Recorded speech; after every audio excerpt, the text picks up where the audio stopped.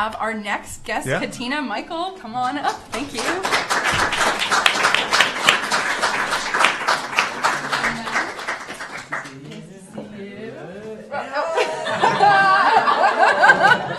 much love.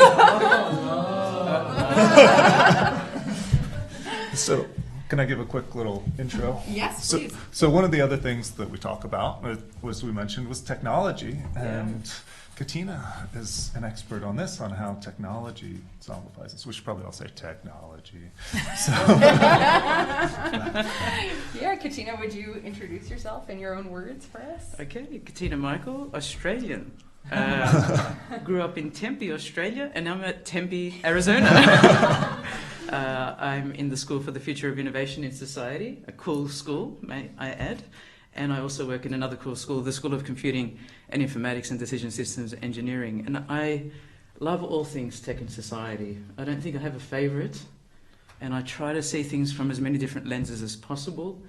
The thing that takes me close to tech is people. It's not tech, it's people. And how they connect. And then we're getting into the love part of things. So, Katina, what aspects of technology intersect actually with this sort of connection and love and relationships the most? I think it's the way we're using technology to bond. I recall a study that was done by one of our PhD students in Australia, and she looked at whether technology actually helps families come closer together or tears them apart. And what she found after observing about 8 or 9 families and their children and parents and whoever partners and extended family members visiting was that for dysfunctional families, computing and tech tears them further apart. For example, you might use the phone to make a voice call, and if the person doesn't answer, you'll leave a message, or you'll send an SMS, or you'll direct message on Facebook, on the wall. But if the family is dysfunctional to start with, no one replies. And so there's this distancing. Instead of it being a tool to come closer instantaneously to someone, within seconds, within milliseconds of pressing the send, it tears you apart. So if you've got a child who doesn't respond perhaps to your voice calls, you might try texting. And if they don't respond to your text, like come to dinner, and you're in the same house, and you've called out and they won't come, you might try getting into the instant gaming engine to send an instant message. That'll draw their attention, or use a bell. Or just turn off the Wi-Fi. Turn off the Wi-Fi. Actually, that's the fastest. You don't even have to confiscate tech. Just turn off the Wi-Fi. Yeah. Why Wi-Fi? Yeah. But now, with other families, does it bring them together? So where there is a strong bond, where there is love. It can act as an amazing tool for proximity. It's almost like this God view, this innate proximity that's calling out to the Creator perhaps, or to Earth, whatever you believe, or to someone you love. And it's like this instant connection. And so I don't tell people don't send SMSs to people you love. I don't tell them don't leave, instant messages to people you love. Because actually, doesn't it feel good when there's this feedback loop and we feel connected, we feel loved? You can still say it. It's past tense, but you can still say it. But it's a reassurance. There's someone out there that cares for you and will do anything for you. And so some of us have routines. We wake up, we might send a text to our friend, a dear close friend. We might send a text to our spouse or partner, someone who's ill, a child. If they've had a bad day, the week before at school, you'll check up on them during the day. Are you okay? And that feedback loop, there's nothing more special than that. There's nothing, no man is an island.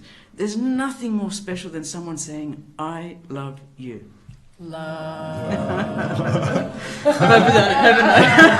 I don't mean to, but I, in this theme of undead love, Love. that we're here today to talk about, it's like I decompartmentalized the undead and that other word. And I thought about this thing of the cataphatic and the apophatic, and I'll be very simple.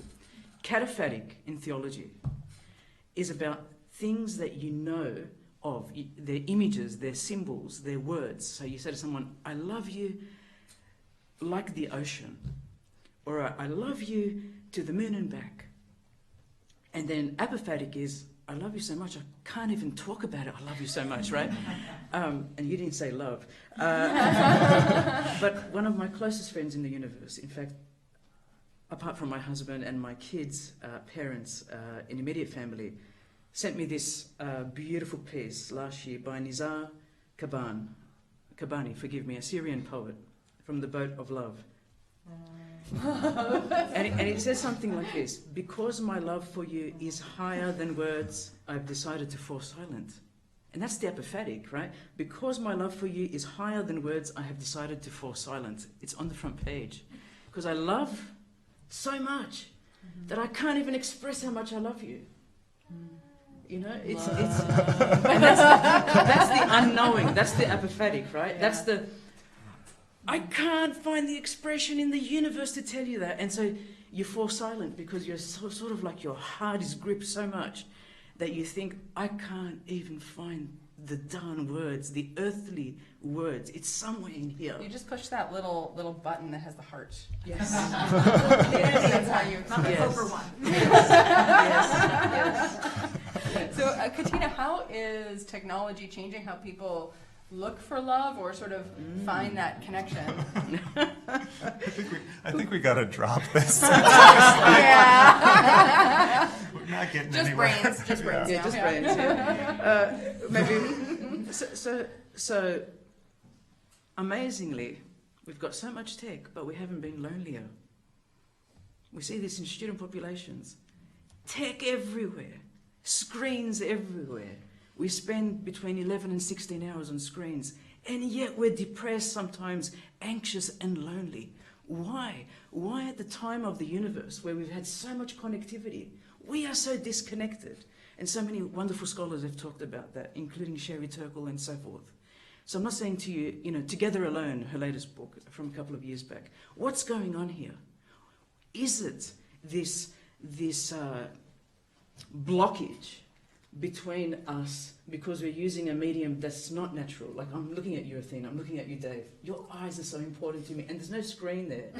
There could be. I could put it like this, but there is a screen over there. Yeah. But it's like we're seeing through each other. We're not looking at each other's eyes. I did an exercise in a class, a Barrett class here at ASU, and Professor Zachary, Greg Zachary, asked me, just come in and do something, and I said, okay. So I listened to him for half an hour. And then I decided to do a simple task. I said, students, you are some of the best students in the United States. Drop your books, go into pairs, and look at each other's eyes. 2 minutes. And, people were doing this, they were this, started to talk but not look at each other. We can't do it anymore. Why? It's the most beautiful, most powerful, most empowering, most incredible thing. And I'm worried that we're seeing through each other with this. It's great for when it works, but if it doesn't work, we've forgotten what it feels like to touch. It's all right. And I've been on planes where people have shared some of their stories with me, their marriage discussions. Mm-hmm.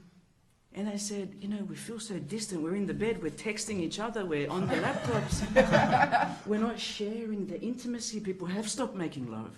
People have stopped having kids. People have stopped touching. I'm too tired because of the messages. So we need to reorient. How can we put this thing in its place? How could we do what you were talking about with relationships, but with this? Because you know what?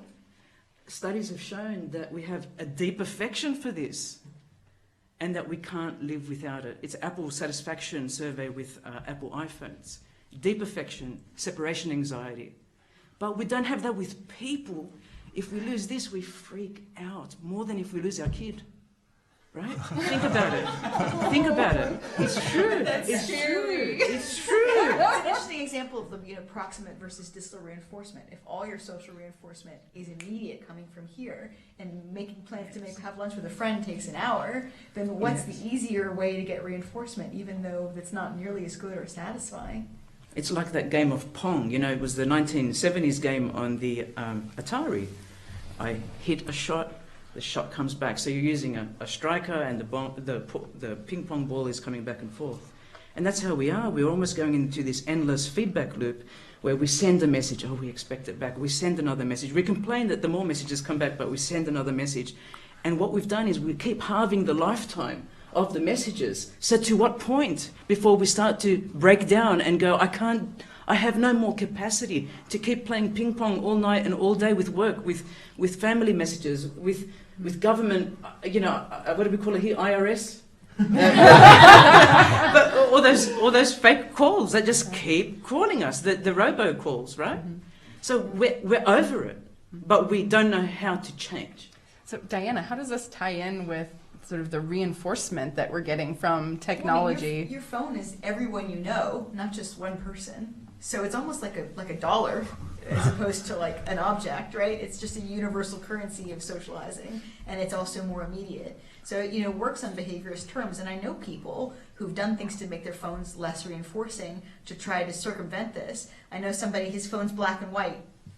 He takes the color off his phone 12 hours a day. It's amazing how much less reinforcing your phone is when it's in black and white. Huh. Or there are people, I use these tactics myself because when I get on social media, I haven't been on Facebook for 2 years, not because I don't love it, it's because I love it too much. I find it really addictive.